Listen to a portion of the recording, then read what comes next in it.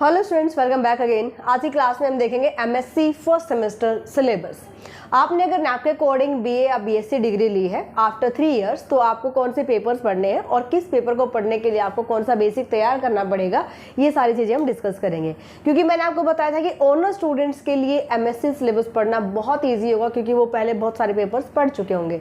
But जो BA BSc degree कर रहे हैं स्टूडेंट, वो सिर्फ एक बुक पढ़ रहे हैं एक सेमेस्टर में, यानी कि आपने सिर्फ 6 बुक्स को पढ़ा है। तो किस बुक के लिए कौन सा बेसिक्स आपको तैयार करने पड़ेंगे, ये सारा हम डिस्कस करेंगे। ठीक है, तो सिलेबस हम देखते हैं। नैप के अकॉर्डिंग सेमेस्टर फर्स्ट में आपके पास रहेंगी 5 बुक्स, ओके। और कुरुक्षेत्र यूनिवर्सिटी का स्पेशली हम जो एमएससी सिलेबस है वो स्टार्ट करने जा रहे हैं अब की बार, यानी कि अकॉर्डिंग टू योर कंटेंट आपको जो है वो बैचेस होपफुली मिल जाएंगे एप्लीकेशन पर, है ना। तो जो बीएससी कर चुके हैं स्टूडेंट, उनको तो खैर कोई दिक्कत है ही नहीं, ऑलरेडी वो न्यू मैथ्स एप्लीकेशन पर है। बट जिन्होंने नहीं डाउनलोड किया है तो आप कर सकते हो न्यू मैथ्स एप्लीकेशन डाउनलोड। देखो, सेमेस्टर फर्स्ट में आपके पास कौन कौन सी बुक्स रहेंगी? Real analysis, complex analysis, theory of ordinary differential equation, mechanics of solid and abstract algebra. अब इसके लिए अगर हम बात करें ना, क्योंकि आप जो ये पेपर पढ़ोगे ना, इसके लिए जो आपने बीएससी में जितने भी पेपर पढ़े हैं उनमें से कौन सा आपके लिए हेल्पफुल रहेगा, यानी कि किस पेपर को आप इजीली समझ पाओगे। तो एक आपके पास है theory of ordinary differential equation, क्योंकि सेमेस्टर थर्ड में आपने पढ़ा था डिफरेंशियल इक्वेशन, है ना। और इसमें हमारे पास क्या आता है? ओडीई प्लस थोड़ा सा पार्ट आता है पीडीई का, एक यूनिट आती है पीडीई की, राइट। सो डिफरेंशियल इक्वेशन बुक जिसने पढ़ रखी है कंप्लीट, कोई भी चैप्टर अगर आपने स्किप नहीं किया है और आपने डिफरेंशियल इक्वेशन बुक पढ़ी है, तो इजीली आप समझ पाओगे theory of ordinary differential equation. बिल्कुल ये हाई लेवल आएगा, नो प्रॉब्लम, बट आपको समझ इसलिए आएगा क्योंकि आप इसका बेसिक पढ़ चुके होते हो। डिफरेंशियल इक्वेशन आप बीएससी में कर चुके हो, ठीक है। अगर मैं बात करती हूँ एब्स्ट्रैक्ट अलजेब्रा की, तो एब्स्ट्रैक्ट अलजेब्रा के लिए आपको ग्रुप थ्योरी आना बहुत ज़रूरी है। ग्रुप थ्योरी ये आपको समझ आना बहुत ज़रूरी है। इसमें बहुत सी ऐसी चीज़ें हैं भाई जिनको अगर आप बीएससी में समझ लेते हो तो एमएससी सिलेबस को इजीली कर पाओगे। पूरा पेपर थ्योरेटिकल होता है, थ्योरेटिकल तो खैर सभी होते हैं। रियल एनालिसिस में आपको कुछ क्वेश्चन मिल जाएंगे, कॉम्प्लेक्स एनालिसिस में भी कुछ न्यूमेरिकल क्वेश्चन मिल जाएंगे, बट बाकी पूरा का पूरा थ्योरेटिकल होता है।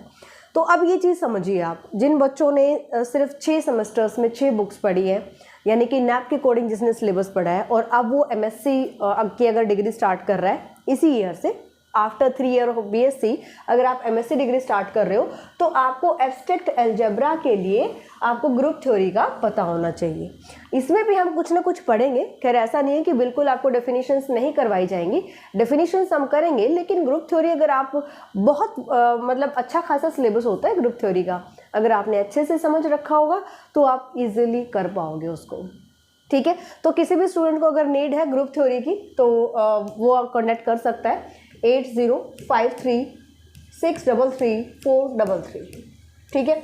तो सिर्फ आपको बेसिक यहाँ से तैयार करना है, ग्रुप थ्योरी आपको करना पड़ेगा भाई। अगर आपको यहाँ से मिल जाता है, चैनल पर भी काफ़ी क्लासेस हैं, आप वहाँ से देख सकते हो, वहाँ से भी आप अपना बेसिक तैयार कर सकते हो। यानी कि जब तक आपकी क्लासेस स्टार्ट होती है बेसिक तैयार कर लो, मैं आपको ये सजेशन कर रही हूँ। तो ग्रुप थ्योरी आप पढ़ लेना भाई, ठीक है, फॉर एब्स्ट्रैक्ट अलजेब्रा। इसके बाद अगर मैं बात करती हूँ कॉम्प्लेक्स एनालिसिस, कॉम्प्लेक्स एनालिसिस की एक यूनिट आपकी रहेगी जो ओल्ड सिलेबस होता था, जो ओल्ड सिलेबस था हमारा, कौन सा? Non nap. सैम 6 में एक बुक होती थी कॉम्प्लेक्स एनालिसिस, ठीक है, कॉम्प्लेक्स एनालिसिस। इसके लास्ट के 2 से 3 चैप्टर्स हैं, वो आपके यहाँ पर कॉम्प्लेक्स एनालिसिस की फर्स्ट यूनिट में डाले गए हैं। बात आ गई समझ में? तो कॉम्प्लेक्स एनालिसिस, सॉरी ये सिर्फ कॉम्प्लेक्स नहीं, ये था रियल एंड कॉम्प्लेक्स एनालिसिस, ये बुक थी सेमेस्टर 6 में। तो इसके जो लास्ट के चैप्टर्स हैं वो आपके यूनिट फर्स्ट में डाले गए हैं एमएससी फर्स्ट सेमेस्टर में। Clear this point? तो यहाँ पर कॉम्प्लेक्स एनालिसिस समझने के लिए आपको थोड़ा सा सेमेस्टर 6 की बुक को देखना पड़ेगा, जो कि रियल एंड कॉम्प्लेक्स एनालिसिस है। Clear this point? चलो, इसके बाद रियल एनालिसिस की अगर हम बात करते हैं तो इसमें आप रेमान इंटीग्रेशन है, जो कि सेमेस्टर 5th में नॉन नैप सिलेबस में पढ़ी जाती थी, रियल एनालिसिस बुक का पहला चैप्टर, ठीक है। सीक्वेंस सीरीज आप पढ़ चुके हो, नो प्रॉब्लम, जहाँ भी सीक्वेंस सीरीज से रिलेटेड सिलेबस आएगा उसको आप इजीली समझ जाओगे, बट यहाँ पर रेमान इंटीग्रेशन आपको समझ आना चाहिए, उसके बाद आप इसको अच्छे से कर पाइएगा।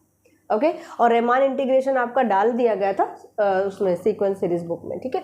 तो यहाँ से अगर हम सीक्वेंस सीरीज बुक में नहीं, रियल रेमान इंटीग्रेशन आई थिंक आपके बीएससी में ये टॉपिक शायद है ही नहीं। Differential equation first, second, third differential, fourth हमारे पास नहीं, फोर्थ में भी नहीं है, फिफ्थ में अभी आपके पास सीक्वेंस सीरीज उसमें भी नहीं है, एंड सिक्स्थ में नहीं है। आपने नहीं पढ़ा है रेमान इंटीग्रेशन, जो कुरुक्षेत्र यूनिवर्सिटी के स्टूडेंट है नहीं पढ़ा है।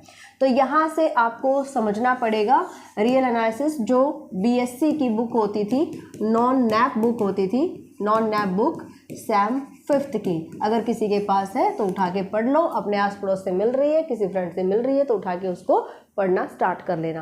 अगर आपने एमएससी एंट्रेंस एग्जाम की तैयारी कर रहे हो तो उसके बाद एग्जाम देने के बाद आप स्टार्ट कर सकते हो, यानी अपना बेसिक ज़रूर तैयार कर लेना भाई, ठीक है। तो यहाँ से आप देख सकते हो इसको। इसके कॉम्प्लेक्स एनालिसिस मैंने बताया आपको, ये आपको समझ आ जाएगा क्योंकि आपने डिफरेंशियल इक्वेशन बुक पढ़ रखी है। मैकेनिक्स ऑफ सॉलिड्स ये मैथमेटिक्स ऑफ सॉलिड्स, ये आपके पास नया सिलेबस होगा जिसको आप अभी एमएससी में पढ़ेंगे, बट जो स्टूडेंट ऑनर स्टूडेंट हैं वो ऑलरेडी इनके सभी के बेसिक्स पढ़ चुके होंगे क्योंकि उनको बीएससी में सारी बुक्स दे दी जाती हैं, ठीक है। तो थोड़ी सी डिफ़िकल्टी ज़रूर आएगी अगर आप आफ्टर 3 इयर्स एमएससी में अगर आप एडमिशन लेने जा रहे हो तो डिफ़िकल्टी थोड़ी सी ज़रूर आएगी। तो उसके लिए मैं आपको पहले से ही प्रिपेयर कर रही हूँ। अगर आपने ग्रुप थ्योरी को पढ़ लिया, ग्रुप थ्योरी अगर आप पढ़ लेते हो विद इन, और आपको पढ़ना किस लिए है, क्योंकि आपको एग्ज़ाम तो देना नहीं है, सिर्फ बेसिक आपके क्लियर होने चाहिए, तो आप जल्दी इसको कवर कर पाइएगा, ज़्यादा टाइम भी नहीं लगेगा। आई थिंक 10 दिन में आप कर लोगे, अगर नॉर्मल तरीके से ही पढ़ोगे ना तो 10 दिन में ग्रुप थ्योरी आपका कवर हो जाएगा। और ये ग्रुप थ्योरी कहाँ से करना है? ग्रुप थ्योरी आप पढ़ सकते हो नॉन नैप सिलेबस से, नॉन नैप सिलेबस जो कि सेमेस्टर 5th में सैम 5th का पेपर है, सैम 5th का पेपर है, और ये है ग्रुप्स एंड रिंग्स, ठीक है। तो यहाँ से आप सिर्फ ग्रुप थ्योरी पढ़ लीजिएगा। रिंग एंड फील्ड थ्योरी, इसमें रिंग में आ जाता है आपका रिंग और फील्ड, ये आपका सेमेस्टर 2nd के लिए तैयार करना पड़ेगा आपको, तो यहाँ से केवल ग्रुप थ्योरी आप पढ़ सकते हो, ठीक है। तो ये आपका सिलेबस रहेगा जो कि आपको एमएससी फर्स्ट सेमेस्टर में पढ़ना है, जो बच्चे आफ्टर 3 इयर्स जा रहे हैं, यानी कि जो बीए और बीएससी की डिग्री लेकर के एमएससी में एंटर कर रहे हैं उनके लिए। तो अच्छे से तैयार करेंगे सारे सिलेबस को। कोशिश मेरी यही रहेगी कि मैं आपको सारे पेपर्स स्टार्ट करके दे दूँ, लेकिन अदरवाइज 2 पेपर तो हम एक बार में स्टार्ट करके चलेंगे। मैंने अभी से स्टार्ट कर दिया है क्लासेस को, यानी कि जो कोर्सेज हैं उनको, और जल्दी ही उनको हम कवर भी कर लेंगे अपने एग्ज़ाम से पहले, ठीक है। तो जिस भी स्टूडेंट को कंप्लीट सिलेबस करना है, पॉइंट टू पॉइंट सिलेबस करना है, तो आप ज्वाइन कर सकते हैं न्यूरा मैथ्स एप्लीकेशन। और जो भी मैं आपको बेसिक्स बता रही हूँ, जैसे मैंने कहा कि इस बुक के लिए आपको कौन सा बेसिक पढ़ना है, कॉम्प्लेक्स एनालिसिस के लिए कौन सा बेसिक पढ़ना है, ये सारे आपके ऑलरेडी एमएससी कोर्सेज में डाल दिए जाएंगे। ओके जी, तो ये आपका कंप्लीट रहेगा सिलेबस, कंप्लीट इंट्रोडक्शन। मिलते हैं नेक्स्ट क्लास में, बाय, टेक केयर।